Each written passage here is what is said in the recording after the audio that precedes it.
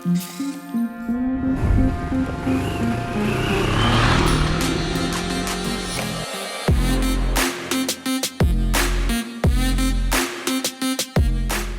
the adventure class of motorcycles across all displacement levels globally, things have been heating up in a big way. And this category itself, which is adventure motorcycles, it has had the prime time slot across the world for a very long time now.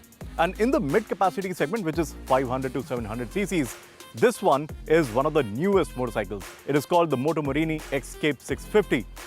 Escape? No, not really. It's called Escape, while we all believe that Escape would have been a better name for a motorcycle of this sort. It promises a lot, but does it have what it takes to capture the imagination of the discerning off-road motorcycling enthusiast? Well, we have been throwing this around to try and find the answer to that question. For any industrial product to appeal to people, looks and design are extremely important. And with the Escape, Motomorini has hit the nail on its head with a massive force. The Escape looks fantastic. It's nice and tall. It has a very aggressive stance. The front is beautifully aggressive with very sleek LED DRLs, and just the overall proportions are very, very balanced. It has a nice big bike feel, almost like a liter capacity motorcycle in a mid-capacity frame.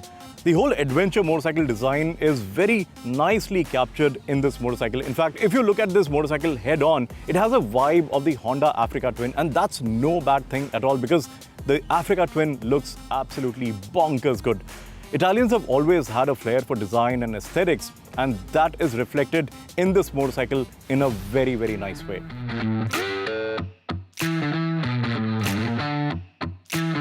The Escape 650 has, as expected, a 650cc parallel twin.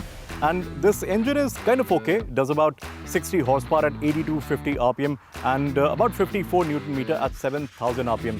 The power delivery, however, is fairly strong. Yes, the peak power, of course, comes in at very high up in the RPM range.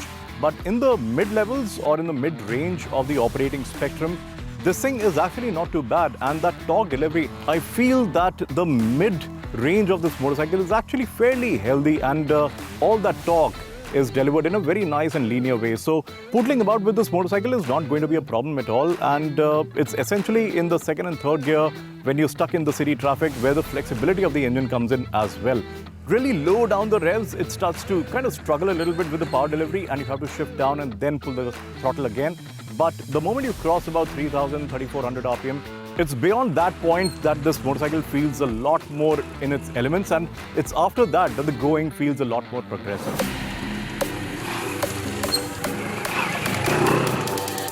The power levels are fairly middling, of course, because even the numbers suggest that.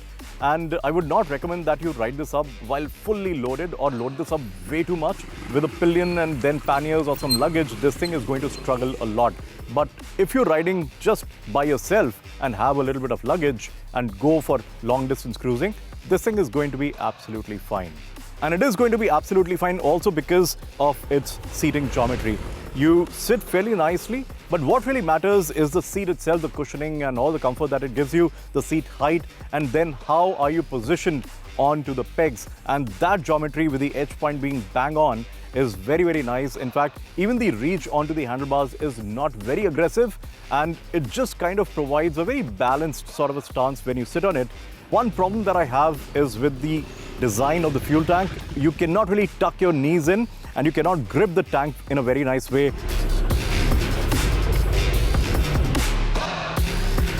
But while the engine seems fairly mediocre, what this motorcycle excels in is the chassis department. It's got a beautiful architecture, it's got Marzocchi upside-down forks, and it is fully adjustable for preload, compression, rebound, and even the rear is fully adjustable.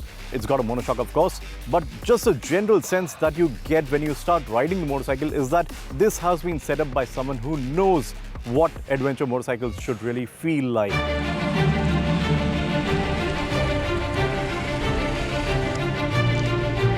A big part of any off-road motorcycle are the tires, and these Pirelli Scorpion Rally STR tires are absolutely phenomenal. Don't be fooled by the knobbly appearance or the profile. These have been performing exceptionally well even on tarmac. And when things get rough, when you're in the woods, when you're riding on very slushy sort of conditions, these tires really shine. This thing has got a 25.5-degree rake angle, which makes it a little tricky because it's not super darty or very nimble across some very tight bends when especially you're going off-road. This is very good for stability, of course, high-speed stability, and also flowing corners.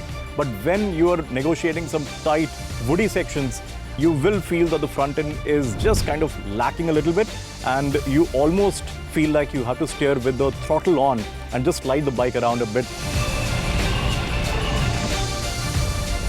It's got a 19-inch front wheel and the rear is 17 inches. The ground clearance is 175 millimeters, which is fairly plenty. And it has got removable rubber grips on the pegs, so whenever you are going off-road, you can remove the rubber and then you will have the spiky metal things. And then you will have even more grip whenever you're standing or controlling the bike with your inputs. The brakes work like a charm. In conjunction, both the front and the rears, they stop you very, very well.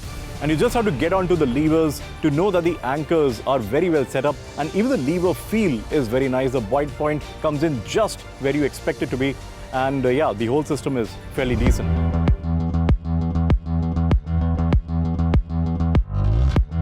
I'm a little disappointed by the clutch because I don't know whether this is a problem with this particular unit, but it feels a little vague, and when you're going about in tight city traffic conditions at very low speeds, this thing feels like it slips and just shuts off completely, and then you have to press the ignition again to get going.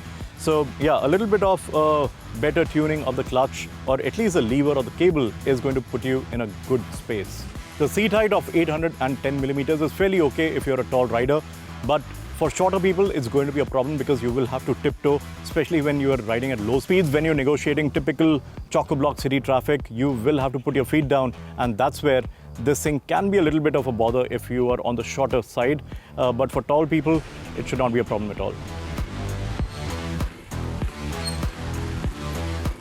Now, the Xscape has two riding modes. One is regular city use and the other one is off-road. And this has a cable-operated throttle, so there are no mappings for the two different modes. It's just that you can turn the ABS off when you're in the off-road mode. And when it comes to instrumentation and features, this thing has quite a few things that are going to make you smile. And the whole system, while just slightly laggy, is not something that you're going to be disappointed by per se. It performs fairly well, and even the readability in peak sunlight is not bad at all. On features, the biggest thing that this bike comes with is a Bluetooth connectivity with your phone. You can play your music, get your call alerts and everything. And even the switchgear feels pretty decent quality. It's not really out there with the best, but for what it is, it's not a bad job at all. The windscreen is adjustable. There is a little knob over here that you turn and put it up or down. The top part of the windscreen is fairly narrow and it does not really offer the wind blast protection that you would expect. But for general use, it's not bad at all. But for what it is, which is a mid-capacity adventure motorcycle, it's actually not bad at all. It's a very competent motorcycle. All the cycle parts feel very nice and the architecture is very robust. You get a great chassis balance. And yes, there are some downfalls as well. The engine is just about mediocre. The fit and finish could have been better because this thing, while for the most part is okay, there are some things that have caught our eye. This panel over here has come off its locks. So yeah, a couple of things here and there. But generally, it's a fairly decent motorcycle. It's got some fantastic components as well. Brakes by Brembo, upside-down forks by Marzocchi, tires by Pirelli. And they all work very, very nicely. And they genuinely fit the nature of the bike absolutely to the T. There are some downfalls, of course, as I have explained all through. But if you are looking to have something which looks very aggressive, very mean, and has immense amount of road presence, and can also be very friendly at the same time, it can take you on road and also off-road, then this is something that you should consider very strongly.